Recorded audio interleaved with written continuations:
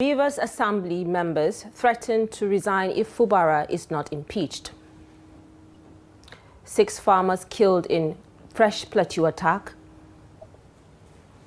Kano business owners voice concern over new tax reforms. And on the international scene, Zambia withdraws request for IMF loan extension. Good evening to you and welcome to News Hour on Trust TV. I am Fatima Ahmed Musa. Now we'll begin with political matters. Speaker of the Rivers State House of Assembly, Martins Amaule, has warned that lawmakers may resign if Governor Siminalayi Fubara is not removed from office, accusing him of posing a threat to democracy.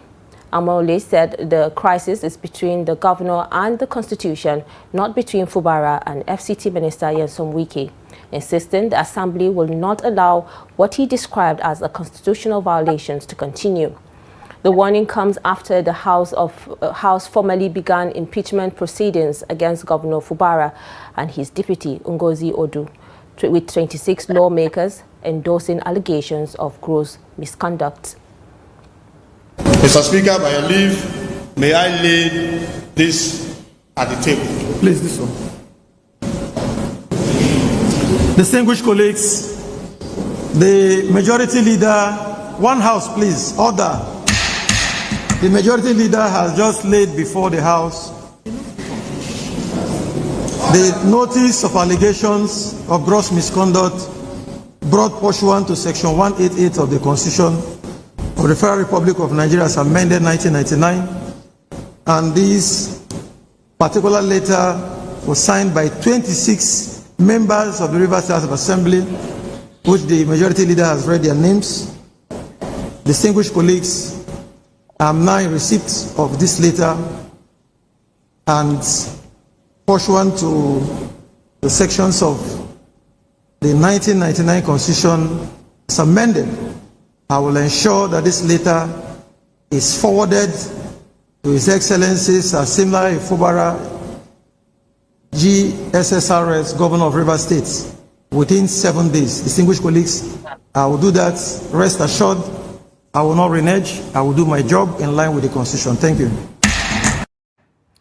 Now, the Minister of the Federal Capital Territory, FCT, Nyesom Wike, has declared that youth will not prevail in Rivers State, expressing confidence that the divine intervention will protect the state.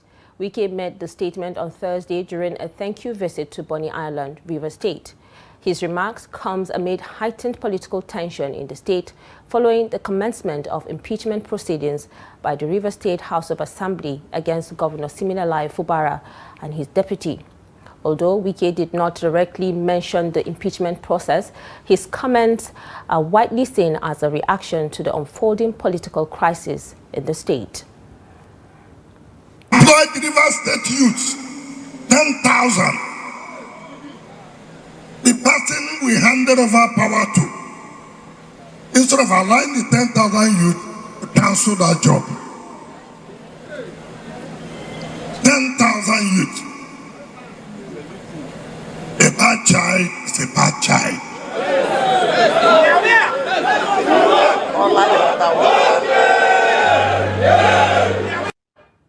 Still in Rivers, amid rising political tension in the state, the Ijaw National Congress, INC, and the Ijaw Youth Council have urged the State House of Assembly to discontinue impeachment proceedings against Governor Siminalayi Fubara. NIC President Benjamin Okaba, speaking on Thursday, described the move as a threat to democracy rather than an Ijaw issue, calling on stakeholders to defend constitutional governance. He recalled that the crisis had earlier been resolved after a 6-month suspension of the governor and his deputy, warning against a resurgence of instability. Factions of the All Progressives Congress, APC, in the state also opposed the impeachment. In a statement signed by Darlington Wauju for Chief Emeka Beke's faction, the party acknowledged legislative independence but described the impeachment process as unjustifiable. Similarly, a former PDP spokesperson in Rivers State, Sydney Tambari, appealed to lawmakers to sheath their swords, noting that Governor Fubara had made significant concessions to preserve peace. He described the impeachment push as ill-timed and detrimental to stability in the state. Now, the political crisis in Rivers State began to surface publicly in late October 2023, just months after Governor Siminalayi Fubara assumed office. Here is a look at the timeline of the major event that shaped Rivers State under Fubara. On October 29, part of the Rivers State House of Assembly complex was damaged by fire in what authorities described as a suspected arson attack. The incident marked the first major sign of a deepening rift between the governor and his political benefactor, former Governor Nyesom Wike. By December 2023, the crisis moved fully into the open. 27 lawmakers loyal to Wike announced their defection from the People's Democratic Party to the All Progressives Congress. That move split the assembly and triggered legal battles over seats, party loyalty, and legislative authority. On December 18, 2023, President Bola Tinubu intervened. Wike and Fubara met in Abuja and signed a peace agreement, pledging to withdraw court cases and halt impeachment threats. The truce, however, barely held. In January 2024, the conflict took a legal turn. On January 22, a federal high court nullified the 2024 budget passed by the Fubara-led government, further weakening the governor's control and emboldening the pro-Wike lawmakers.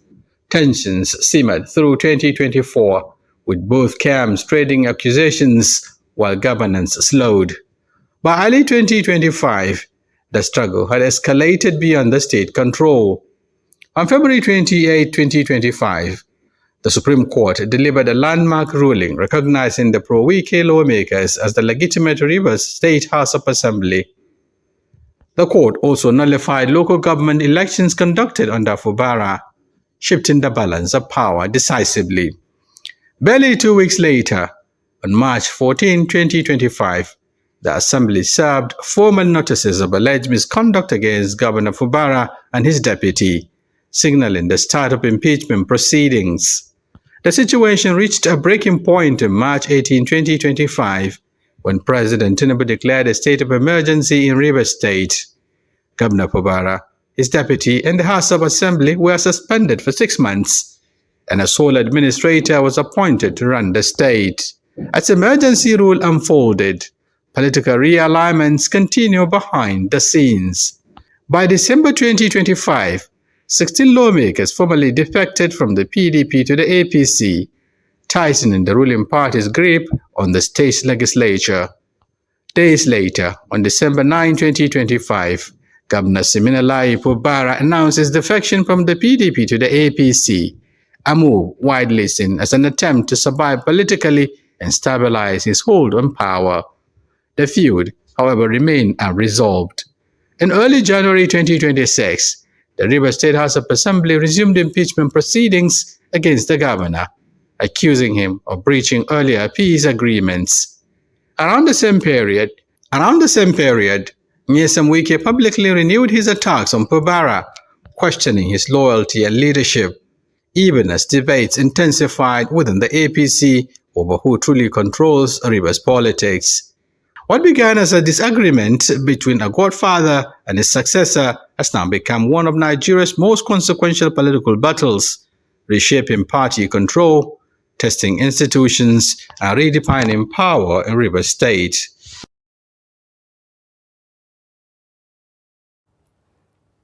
Now joining us via Zoom to discuss on river political tension, power play, is public affairs analyst Jide Ojo. Thank you so much for joining us, Jide. Good evening, Fatima. It's my pleasure. All right, so we are seeing what has been playing out, looking at the timeline of the whole tension happening in Rivers State. How will Fubara's impeachment move shape Rivers' power balance between Wike's faction and the APC ahead of 2027?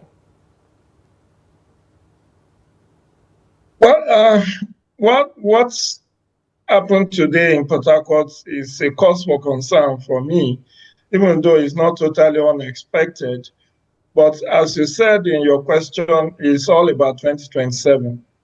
forget about not submitting the budget for, not submitting the 2026 budget and all of that. Just days back, the Federal Executive Council approved 1.8 trillion budget for 2026. I think the follow-up to that should have been to submit the budget to the State House of Assembly for ratification. But you know, this is all about whether Fubara should get or will not get a second term ticket. And the person drumming for the State House of Assembly in Rivers is Nyesom Wike, the FCT minister. By the way, he could be accused of dereliction of duty because only one day was given as public holiday in this year, the 1st of January. He should have resumed back at his duty post by 2nd of January, which was last Friday. And you can see he's still doing the rounds of the 23 local governments in Rivers, doing what you call thank you visit. And people have wondered, what are you thanking people for? The time for Thanksgiving has come and gone. Why are you not at your duty post in Abuja? But it's obvious that in the last few days, he has made it clear in the course of this thank you visit to the local government areas that Fubara will not get a second term. He said, yes, he's unwavered in his support for President Bola Tinubu for 2027. But as for Fubara, he will not get a second term ticket. In fact, in one of the local governments, he said if Fubara should get a second term, he will be buried politically, and that is his fear. So all that acted out at the floor of the Rivers State House of Assembly today is just calling a dog a bad name in order to hang it. The major issue in focus now is how to ensure that Fubara does not contest 2027 governorship election on the platform of APC. And you know, recently there was even a contention about after Fubara joined APC, and he said he has collected card number 001. Wike, who is not even a member of the PDP, Wike, who is not a member of the APC, went public and said Fubara cannot be 001 in APC. And meanwhile, to the best of my knowledge, Wike is not a member of APC. So why is he bothered about who is 001 or 010 or 1000? But just to let you know that this is just about 2027. Wike is mortally afraid that if Fubara should get a second term ticket under APC and by magic could win a re-election, then he will be done for because he will not have the basis for negotiation to remain relevant in Bola Ahmed Tinubu's presidency beyond 2027. So that's all that is meant. All these issues that they are raking up, Fubara is giving Rivers money to people who come on his visit, he will convert Naira to dollar and then dash it out. Was Wike, their master, not doing it when he was there? Is the great final full of information about how even some serving governors now went to him and he bankroled their election? How did he bankroll their election? Was it from his personal purse? Was it not from Rivers' money?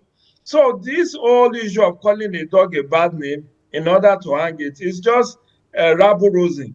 The major issue, as I said earlier on, is about stopping Fubara from getting re-elected. And that is and my own take is that I'm here to hear from the presidency.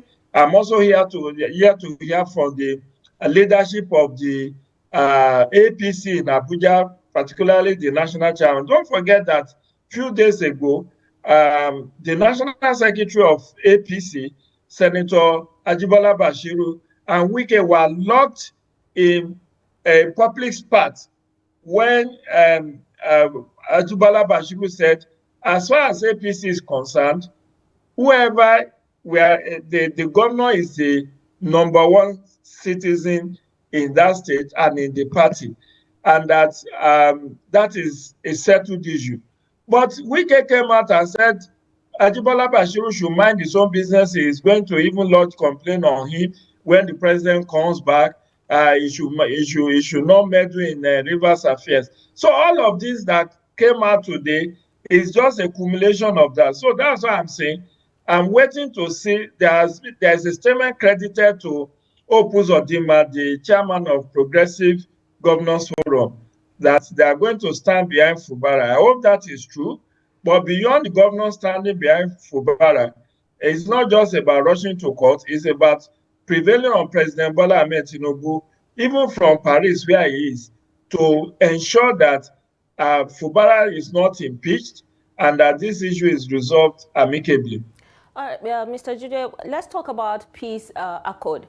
I mean, we know that this is the second time it failed, and we know what happened when the first one also failed.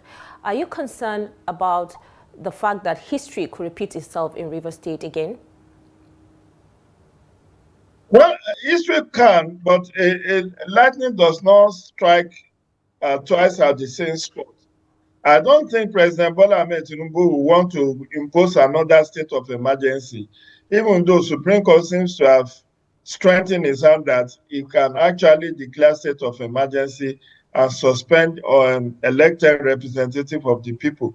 But I don't think the president will want to incur the wrath of the public, because if you look at the social media today, it's a watch and everybody knows who is the aggressor here. Even though it's Martin Aumewule that is talking, they are saying the voice of Wike in whatever Martin Aumewule is saying. And like I told you, in English language, there is an ostensible and the real reason behind any motive. So the ostensible reason is that, oh, Fubara has not presented the budget, where Fubara is spending, is dashing out Rivers money, Fubara is doing this, is doing that. But the real reason is to prevent him from getting a second-term ticket and winning a second-term victory. And then you ask yourself, if on this whole issue of Wike's influence, a lot of people are saying unless you tame Wike's political influence, it may actually become an albatross on the presidency of Bola Ahmed Tinubu even before 2027, because everybody sees that he's actually the one engineering this whole crisis. Imagine saying in Rivers State there is no APC, there is no PDP, that he is the one in charge of both. In fact, in one of the thank you visits he was doing, he called the factional chairman of APC out and the PDP factional chairman, and he said, look at them, they are all here, so there is no other opposition. And I think the president needs to be very wary of one, he cannot be guilty of silence, because don't forget that Fubara is from the riverine area, and is the first governor from that riverine area in the history of Rivers State. And his people said they are strongly behind him, which speaks to the Ijaw Youth Council and the Ijaw National Congress communicated you read out in your bulletin earlier. And I hope it does not get messy to the point that the economic infrastructure of Nigeria in Rivers State, which is the oil and gas sector, will not get started, will not be targeted for vandalism to prove a point, because it's all about the fight of two titans. Similarly, Fubara may appear very humble and unassuming, but if his people rally behind him, they may not be able to match Wike in terms of political intrigues, but they control the riverine area, and that's where you have the oil and gas facility. But I don't see the president imposing another state of emergency, and I don't think it will also serve the interest of the president to allow the impeachment of Fubara, because that then will mean it will strengthen the hands of Wike. And one thing I need to also emphasize, Fatima, before we go, is that if to tell you the mischief behind this impeachment motive, have you ever had Professor Mrs. Ngozi Odu, the deputy governor, making any statement? The woman has been calm. The woman did not even defect with Fubara when he defected. It was only this week, on Monday this week, that Professor Odu, the deputy governor of Rivers, defected. Why is the Rivers State House of Assembly roping her in to be impeached alongside with Fubara? It is to pave way for Martin Samewule, the current speaker, because in the absence of the governor, the deputy governor is the speaker that will be sworn in as the acting governor. And we all know that Martin Amewule, who is a loyalist of Fubara to the core, and that means the resources of Rivers State will be firmly in the hands of Wike's loyalists. And that's what they are working towards. So the president cannot afford to stand akibo and allow that to happen, because that will further strengthen the hands of Wike to do and undo. Don't forget, he's still having a running battle with other PDP governors, Sheyi Makinde, Bala Mohammed, and all of that. He's still having a running battle with them. Is he the only one that is a politician? Is he the first godfather? The other day when I was on your station to analyze godfatherism, I think it was over the weekend, we were talking about this godfather godson. He's not the only godfather that will be betrayed by a godson. So why is he eating up the politics? What is the end game for Wike, if not to control the levers of power in Abuja and then in Rivers? It is not right. All right. Thank you, Mr. Jide, for contributing on the News Hour. It's my pleasure. To enjoy the rest of your evening. Keep safe and stay blessed. And now we'll move on to more stories. As Nigeria gradually approaches the 2027 general elections, public discourse is picking up across the country.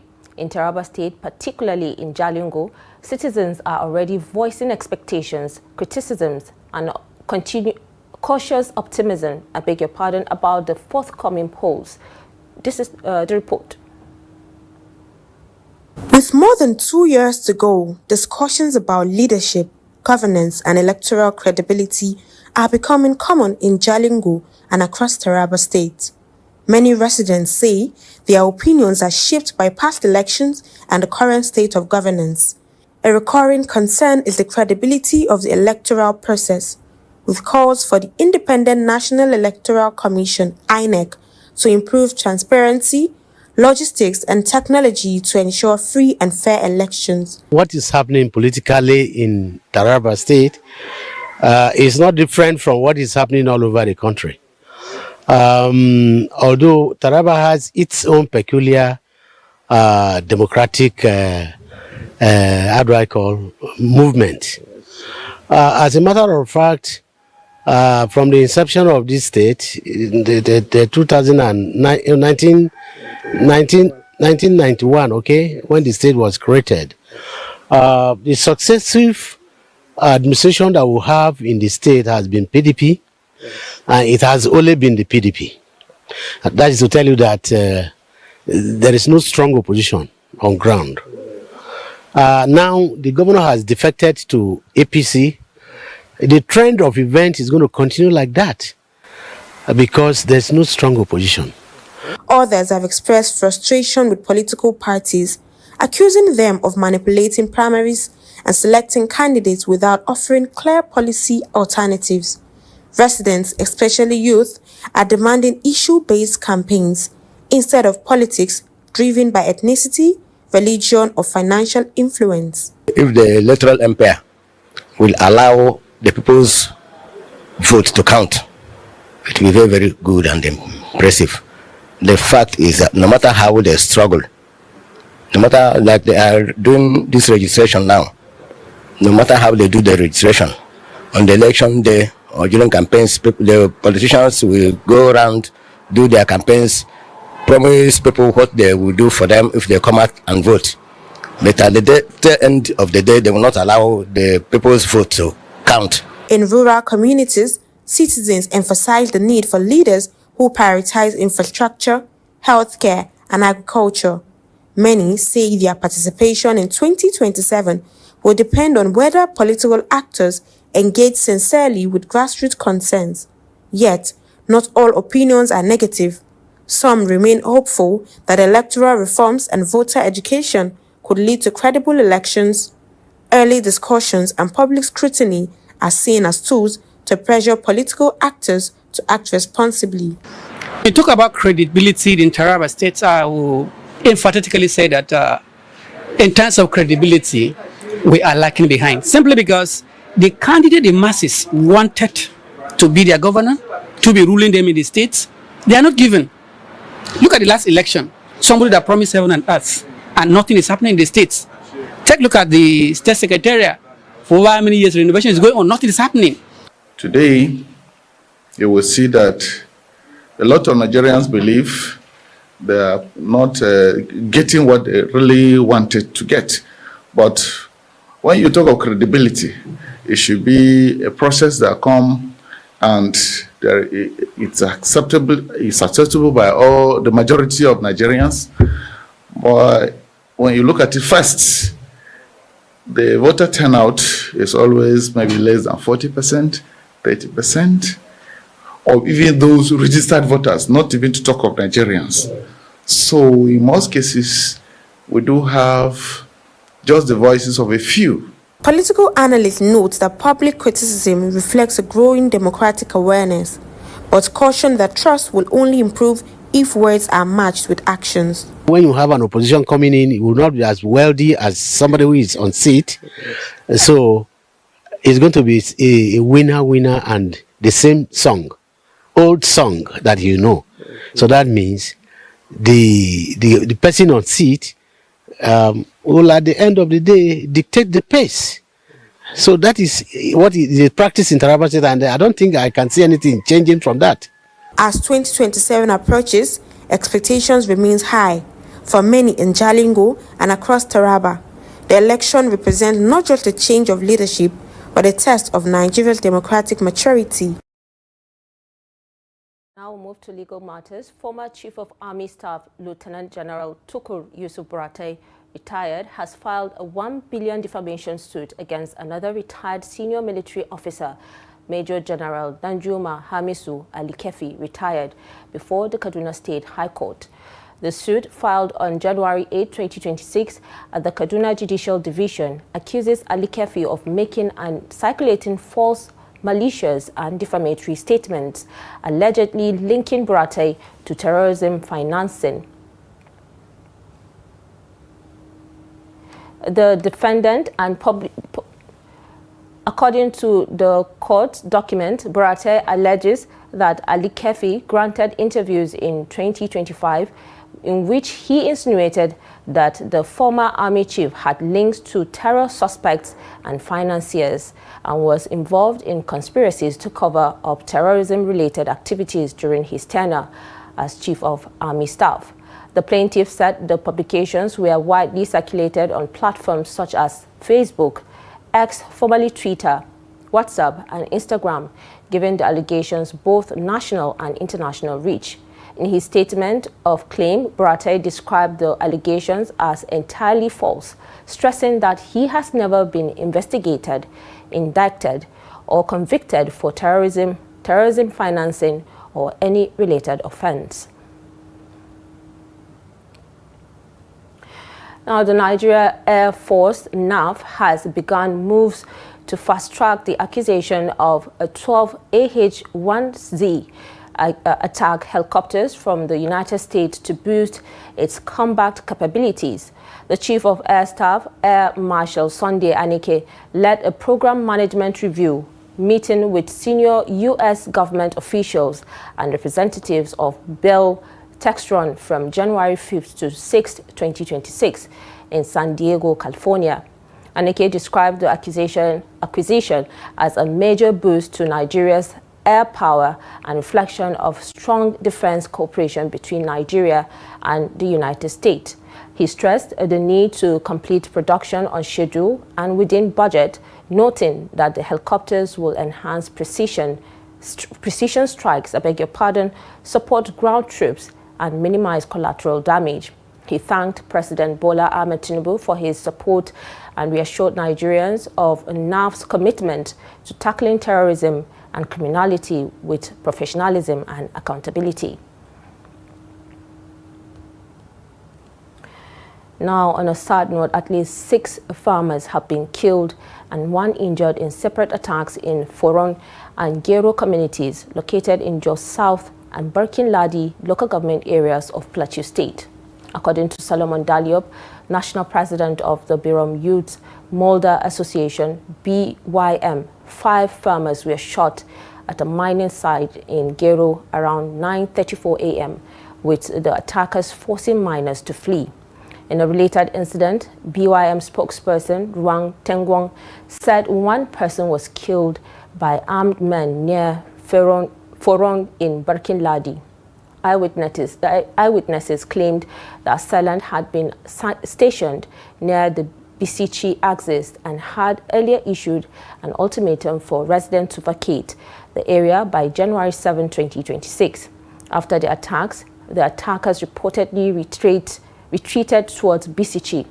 The group accused members of the Fulani ethnic group of carrying out the attacks. However, Ibrahim Yusuf Babayo, Plateau State chairman of the Mieti Allah Cattle Breeders Association, MACBAN, denied the allegations, calling them unfounded and a deliberate attempt to malign the group. Attempts to reach the Nigeria Army 3rd Division for comment were unsuccessful at press time. Now, operatives of the Anambra State Police Command attached to the Rapid Response Squad, Awokuzi Kuzu, have rescued 33 underage girls from a suspected human trafficking syndicate in the state. The police described the operation as a major breakthrough in ongoing investigations into the case of kidnappings, abduction, missing children, and child trafficking. A 37-year-old woman identified as Ifeoma Success Anthony was arrested during the operation in connection with the crime. According to the police, the rescue followed a distress report received through the command's control room from relatives of 3 victims: Divine Mba, 14-year-old, Nwagu Favor, 15-year-old, and Oke Blessing, 18-year-old, who were reportedly abducted on September 26, 2025 in Ebonyi State and taken to an unknown location. The victims were later sighted at Ma Pigeon Road, Aguleri in Anambra State local government area, prompting swift police intervention. The State Police Public Relations Officer SP Tochukwu Ikenga said preliminary investigations revealed that the buildings where the girls were kept was allegedly being used for child trafficking and prostitution. Now, the Association of Resident Doctors at Neuropsychiatric Hospital, Aro, Abeokuta, has officially declared its support for the nationwide indefinite strike called by the Nigeria Association of Resident Doctors, NAD, set to begin at midnight on Monday, January 12, 2026. Addressing journalists on Thursday, the hospital's vice chairman, Grace Adeni, alongside General Secretary George Oparaku and Public Relations Officer John Aderibeg, described what they described as the federal government's insincerity and insensitivity in implementing the Memorandum of Understanding signed with NAD after a 29-day industrial action in November 2025. The resident doctors noted that more than a month after government assurance, little progress had been made on their demands, leaving them with no choice but to join the national strike. The hospital's decision followed an emergency general meeting of resident doctors held virtually on Sunday, January 4, 2026. The association's vice chairman said, speaking on behalf of Chairman Chidi Ukwemeze.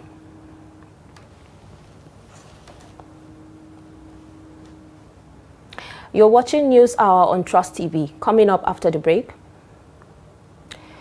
NCAA warns airlines, plans stiffer penalties for chronic delays cancellation. This plus more when we return. Do stay with us.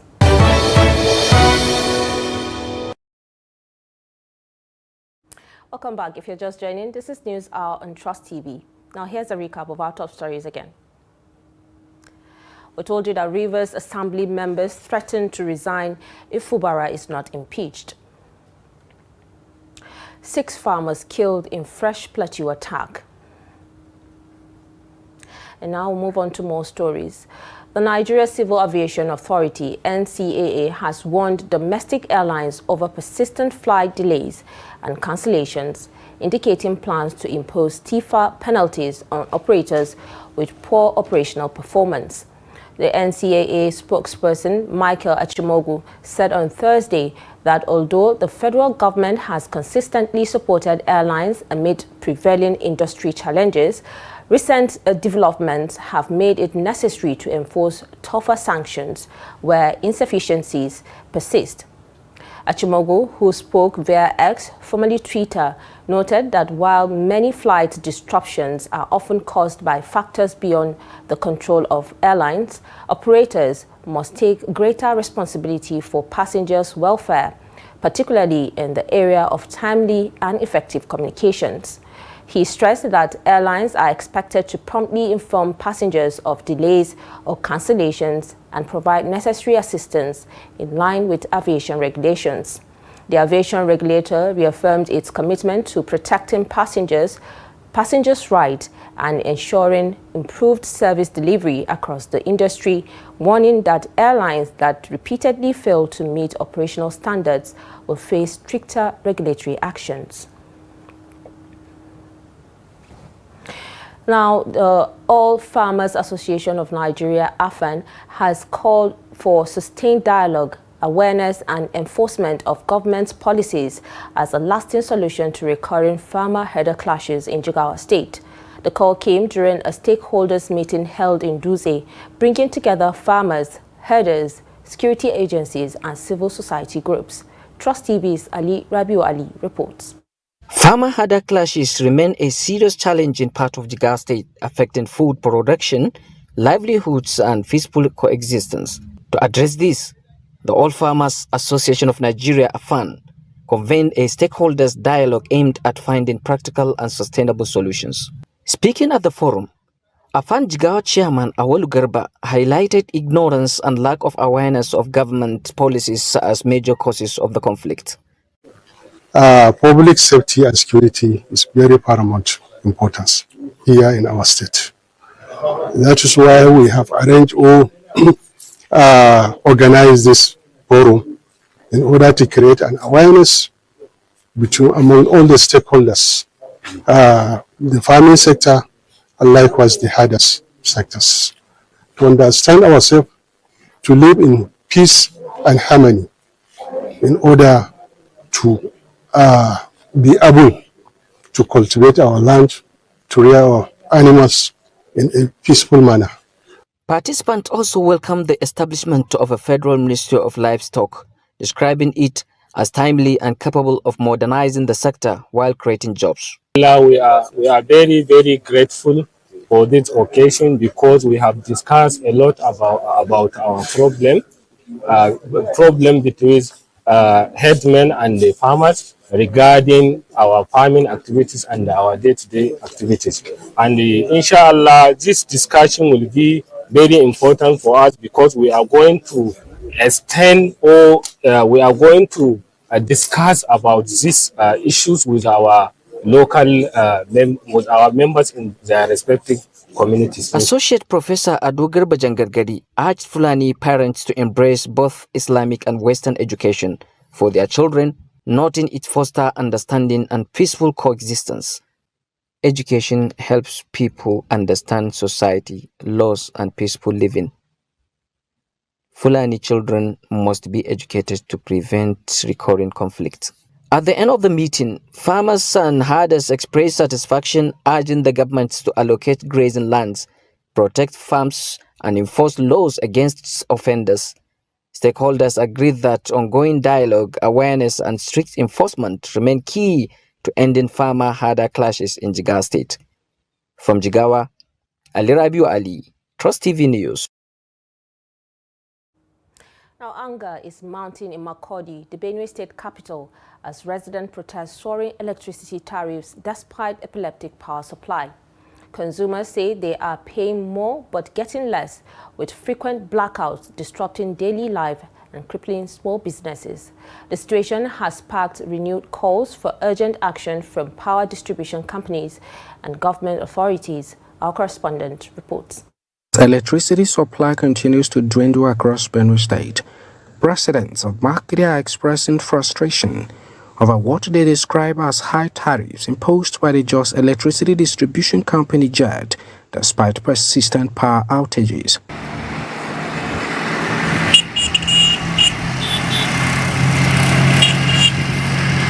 Some residents accuse JED officials of ignoring complaints, alleging that communities are often forced to raise funds to replace burnt or vandalized transformers or face prolonged blackouts. Areas such as High Level, Ogumosho Street, Queen's Clinic Street, Atseyu Close and Railway Bypass have reportedly been without electricity for weeks. I'm buying NEPA, my money. Like now, if I buy fuel, I enjoy, I like buy. If I not buy fuel, I don't go fit. But why I buy light?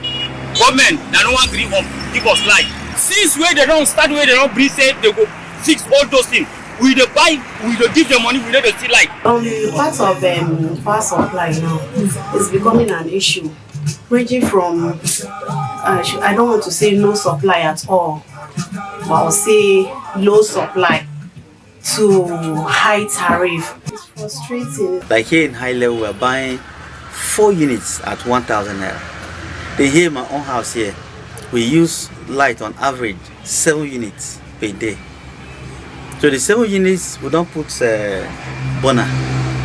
But at least it's only fridge, television, fans, and then light. We are placed on band A, and the level at which the units, I use prepaid meter in my house, and the level at which the unit get exhausted when you recharge is something else compared to how we used to be previously.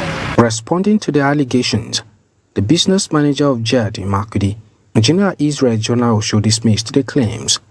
He explained that JED only distributes electricity, adding that supply challenges are largely due to generation and transmission constraints beyond the company's control. We don't ask our customers to repair transformer or replace a transformer, even though it's our responsibility. And even though it's our responsibility, it's tied to availability of fund. Customers are not meant to, for the mass metering that is going on, it's free. Nobody is expected to pay a dime for it. Engineer Jonah Osho also urged new customers to follow the proper procedures for obtaining prepaid meters and warned residents against dealing with unauthorized individuals. He cautioned that payments demanded for transformer repairs or installations are often fraudulent. Advice for the public is for them to get a codified technicians, so do proper wiring for them. If you're having that kind of issue, get a qualified electrician to look at your wiring systems, so that wherever there's the leakages, you can actually make amendments. That has nothing to do with us as a company. But if you have that kind of issues, if they come, we try to assist them so that they can resolve the problem. Meanwhile, residents are calling on government authorities to strengthen oversight, ensure regular maintenance of power infrastructure, and collaborate with security agencies to curb vandalism, which they say continues to worsen Makurdi's electricity crisis. Until lasting solutions are implemented, many households and businesses fear that the cycle of high tariffs and unreliable power supply will persist. Now, the Karekare youth in Bauchi State have been urged to prioritize education and cultural values as a pathway to sustainable future. This reminder came from Karekare elders in Jalam District, Dabam local government area, as the 2025 Bala Baram Majalam Cultural Festival concluded with an energetic celebration of heritage. Adamu Imam reports. The Balabara Majalam Festival attracted thousands of youth from Bauchi and neighboring states, including Yobe, Borno, and Kano, becoming a vibrant center for cultural expression. According to cultural and tourism stakeholders, the historic festival showcases the Kare community's resilience and commitment to diversity, promoting peaceful coexistence across ethnic lines. Our culture has helped reduce social vices among some youths in this community. That is why we are renewing our commitments to changing their mindset through our cultural heritage. Balabara is aimed at encouraging our youth to become good ambassadors of the community and to remain productive rather than idle at all times. First challenges was to control the people, and this year we have succeeded at least up to 75% of control of the people. There was no dissent. Last year, actually, even the invited special guests could not even view some of the traditional dances. But this year, nobody was there. You have seen it. You have seen yourself. You are a living witness. We were able to control it.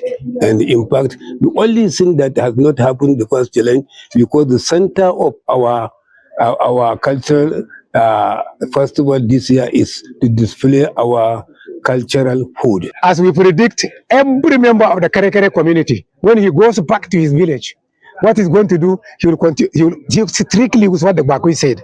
So they will plant the crops that had been mentioned during the Balabara. So Balabara, in other words, Bara is hunting. Festival visitors and youth describe the event as a memorable celebration of Kare culture. Kamar yadda dai kullum iyaye da kakanni suke kira. Honestly, our parents are making serious effort to ensure we become productive members of our communities through encouragement rooted in cultural values and identity. They guide us in the right direction. If they leave us with this culture, we will always be proud of where we come from. It is a clarion call for every youth to maintain a sense of belonging through culture wherever they go. I was very excited by what I saw at this festival, especially the active participation of youths in various cultural displays and other activities. It was attractive and well organized. I truly enjoy coming all the way from Kebbi State to witness this festival. Festival organizers assure that next year's event will feature more cultural dishes and exhibitions, citing late preparation as a reason for some elements were not fully showcased this year. Adam Imam, Trust TV News, Bauchi.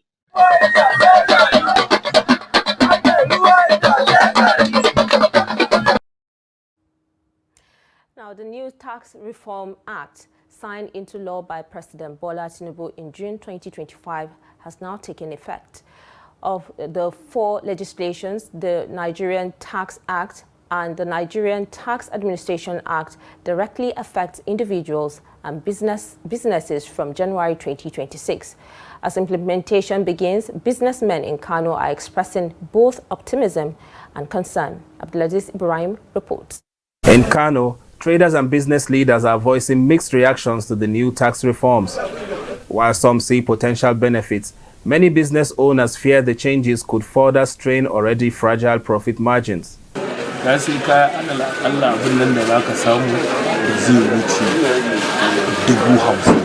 We invest millions and sometimes make only 50,000 naira profit. From that, we'll still pay rent, transport, and clearing charges. If more taxes are added, it will reduce profits and affect our capital. We appeal to the president to reconsider and protect small business owners. For others, uncertainty remains a major concern. Several traders say they are yet to fully understand how the new tax policy will be implemented and what it means for their businesses.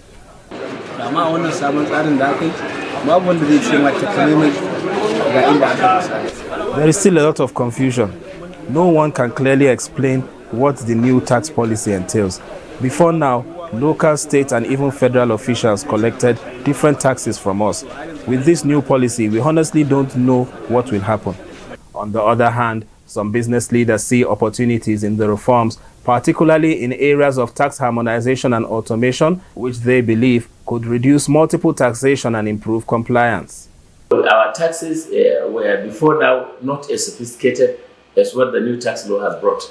The sophistication is going to help government collect more taxes, and then we are also going to have all the civil society organizations and other non-state actors, and then of course our legislators that are supposed to be having the oversight over the executive governors to ensure that what is collected and appropriately applied for the socio-economic well-being of the citizens.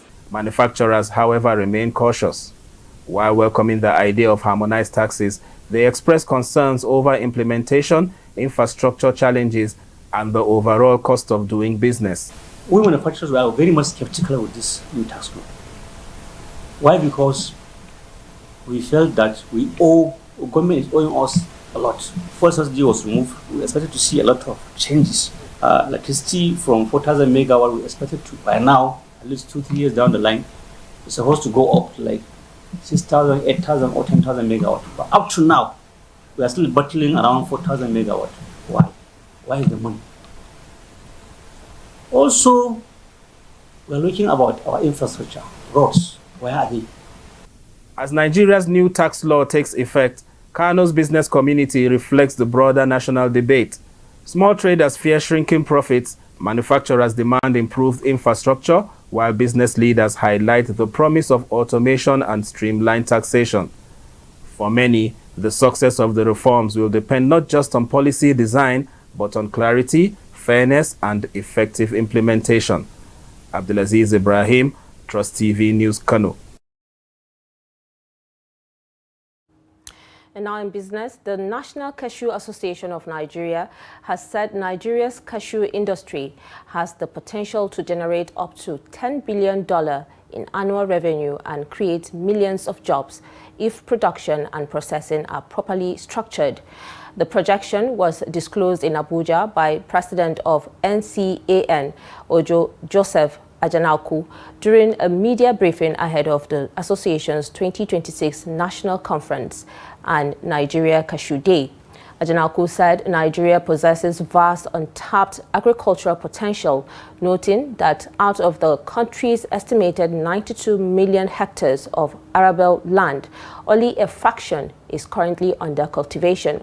He compared Nigeria with Cote d'Ivoire, which has a smaller land mass but outperforms Nigeria in cocoa and cashew production. According to him, a coordinated national policy and an investment-driven approach could reposition Nigeria as a leading global producer and processor of organic cashew.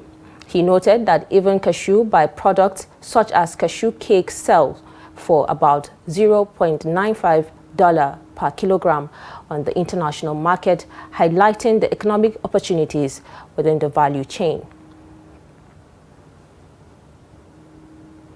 Now, away from Nigeria, Zambia has withdrawn its request for a one-year extension of its Extended Credit Facility, ECF, with the International Monetary Fund, IMF.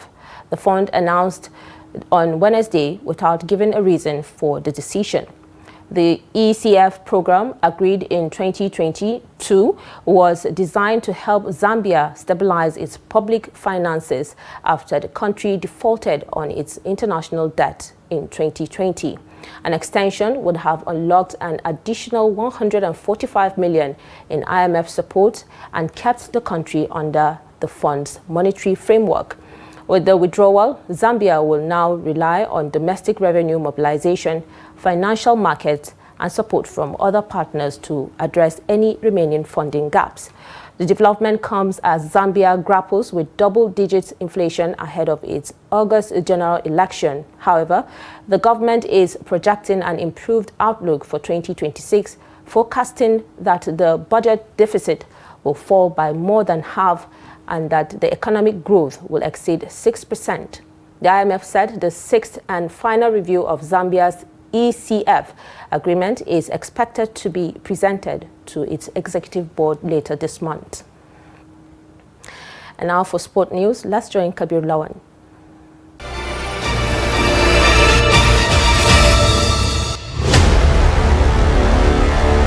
The federal government has confirmed that all outstanding March bonuses for the Super Eagles at the 2025 African Cup of Nations AFCON in Morocco have been disbursed following the completion of administrative and foreign exchange procedures. The Minister of State for Finance, Mrs. Doris Uzoka Anete, made the announcement on her verified X account on Thursday morning. She explained that the government, in collaboration with the Central Bank of Nigeria (CBN), had resolved the earlier bottleneck in foreign exchange processing to ensure timely payments to the players.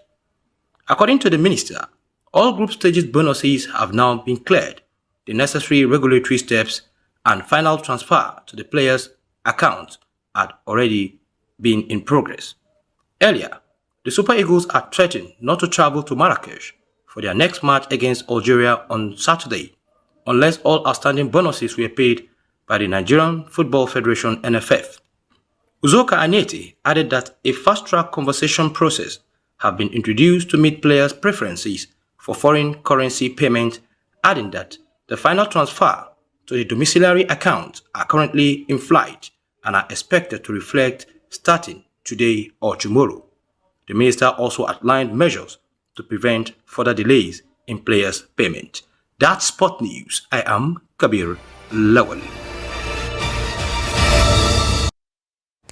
And this is the much that we have for you today. Do not forget to join us across all our social media platforms and catch us across YouTube and other platforms for more news, programs, and documentaries. I am Fatima Ahmed Musa. Thank you so much for watching.